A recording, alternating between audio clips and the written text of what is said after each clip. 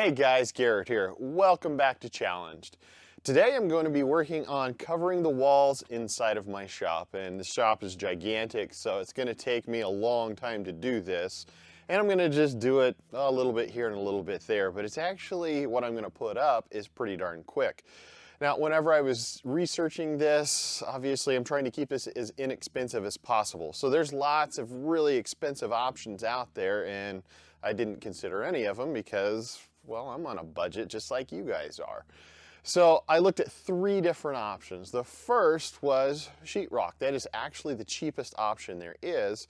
And it does look pretty good. My garage is sheetrocked, and again, it looks really good. The problem with the sheetrock is unless you finish it and paint it, it's going to take on the elements of the air that is inside of it.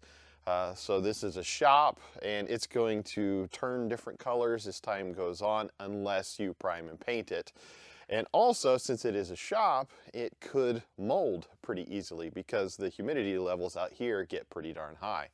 The next thing I was thinking about was metal siding, just like what's on the outside of my shop. It has some goods and some bads associated with it as well. The good is no mice can get into it, whereas like the sheetrock, mice can chew right through it and get inside of my walls, and I've had issues with mice out here in this shop. The metal, they're not going to chew through that, so that's fantastic. It can come in whatever color you want it to come in, and so if you want it white, well, you can put it up and it's already white. You don't have to paint it later. But it's really hard to attach things to it. You have to definitely attach at wherever your studs are for sure, but the metal itself is corrugated. So putting things like shelving against it or cabinets against it, it's going to be offset just a little bit from the wall, and it's not going to sit flush with anything. As well as if you put like a cabinet up against it, there's going to be a little bit of a gap behind it. While the mice might not get into your walls because of that metal siding, they could burrow into that gap behind, say, shelving or something like that. So I didn't really want something like that. I wanted something that was going to be flat. So OSB, that was the next thing that I was looking at, and it is a very inexpensive option to do. Right now, it's roughly 12 bucks a sheet is what it costs for 7/16 OSB. The nice thing about it too is it is wood. It does have a little bit of thickness to it, so I could run a screw right into the wall if I wanted to and hang something from it. Now, if we're talking big time weight, you're definitely still going to want to go into one of these studs. It's very impact resistant. This is a shop, so I lean a lot of stuff against the walls. And as like this, you know, I'm gonna screw up all of my insulation if I keep leaning junk against it. That OSB, not a big deal at all. If you don't like the look of the OSB, you can always paint it just like you would with the sheetrock, but I don't mind the look of it. So I think it's gonna be a fantastic way to go, and that's the direction I'm going. The first thing you're gonna wanna do, of course, is buy your product and then move everything out of the way, and that's kind of a big job to do. Once everything is out of the way, identify your studs. Take a Sharpie or some chalk or some masking tape and mark on the ground anywhere that your stud is. Because once you put this product up, you're not going to be able to see that stud anymore. So mark that out, get all of your covers off of your electrical devices, and then it's just time to install. Then you'll go from something that looks like this to something that looks like this. So here's how I installed it.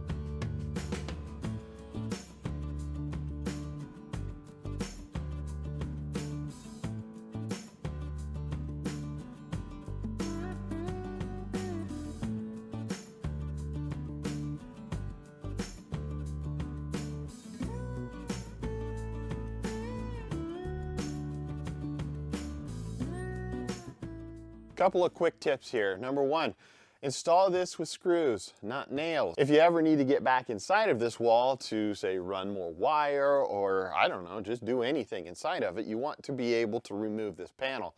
You're not going to be able to do that with nails, so make sure you're using screws. When it comes to things that you need to cut out around, it's kind of your option, whether you want to lay it on the ground to cut these out, or if you want to put it up in place and then cut it out afterward. In this case, because I have 4 feet of height from the ground to my electrical outlets, it actually made it really easy to install this OSB. I just used an oscillating tool to cut out around it, so I didn't pre-cut those.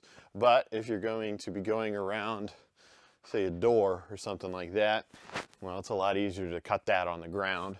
Same as a window that's down there. As you can see, finished up this whole section here. This section right here only took 30 to 40 minutes to do, so it was pretty darn quick. The prep probably took a little bit longer than actually putting this stuff up, just trying to move all of the stuff out of the way. But if you're building a new building, you can do this right up front. You don't have anything you have to move, and it's quick. Again, I like it because it's real tough. The mice are going to have a heck of a time getting through it if they ever want to. They're more likely to go around the edges and then hit my mouse traps and get caught, rather than going through the walls and bypassing everything. So that's one of the main reasons that I wanted to do this. It's a nice flat surface. If I choose to paint it someday, I can. I think it looks fine. It looks better than what it did before. And again, it's excellent protection. Let me know down in the comments what you guys are using in your shop. You know, this I think was the best option for my budget, as well as the different needs that I need in it, but yours could be a little bit different. Thank you guys for watching. Make sure to hit that like button down below, as well as subscribe. Stay challenged, my friends.